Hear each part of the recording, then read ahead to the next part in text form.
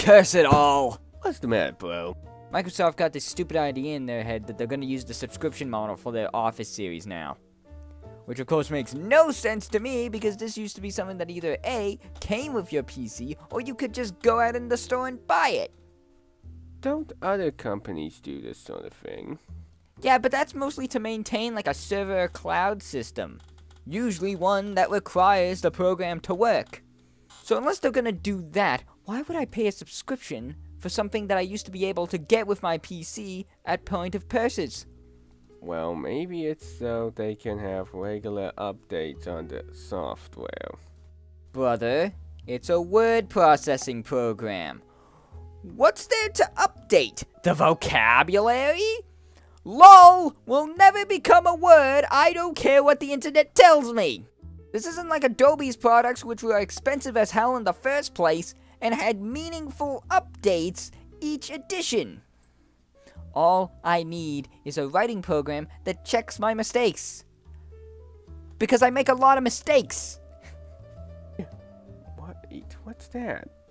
One-time purchase for $300? For one PC. Well, that's just as bad! How so? Because that's the same problem I had with Bandicam. I had to pay for the same program twice, because the code that you get from the store only works for one PC. So if my old PC dies and I get a new one, I have to buy the same program again. Well, they have to protect against piracy. Yeah, let's see how long that lasts. Before this, the code had limited use above 1. Before that, it was just a code that you could use unlimitedly across many computers throughout your lifetime. At least until Windows inevitably breaks it with some new OS. I didn't need to pay a subscription or pay the same thing multiple times. Well, aren't there like alternatives? Like, open source? You see, the problem with that, of course you have problems with that. That either means that I have to connect to the internet like with Google Drive, or the open source software is inferior to the brand name. Or if it's not inferior, the interface is as easy to use as a door with no knob. It's a knobless door. So why don't you just use Notepad? Bro, real talk. Do you not know the power of formatting in spell check? You sound unusually like a Luddite. And you're actually making half-decent arguments.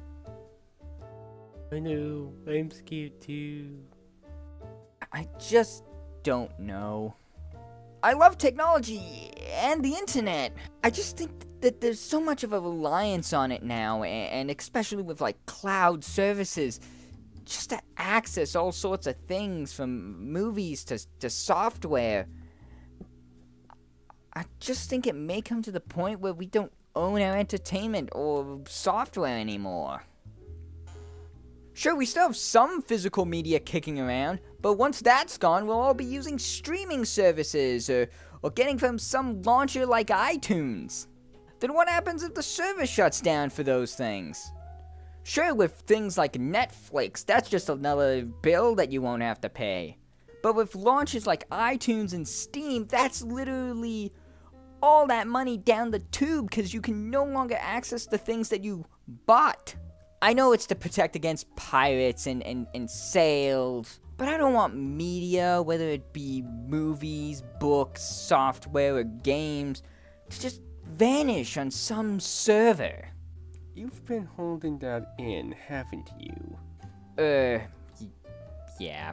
Ah, come here. I guess I'll just use OpenOffice, right? I love you. Can't leave.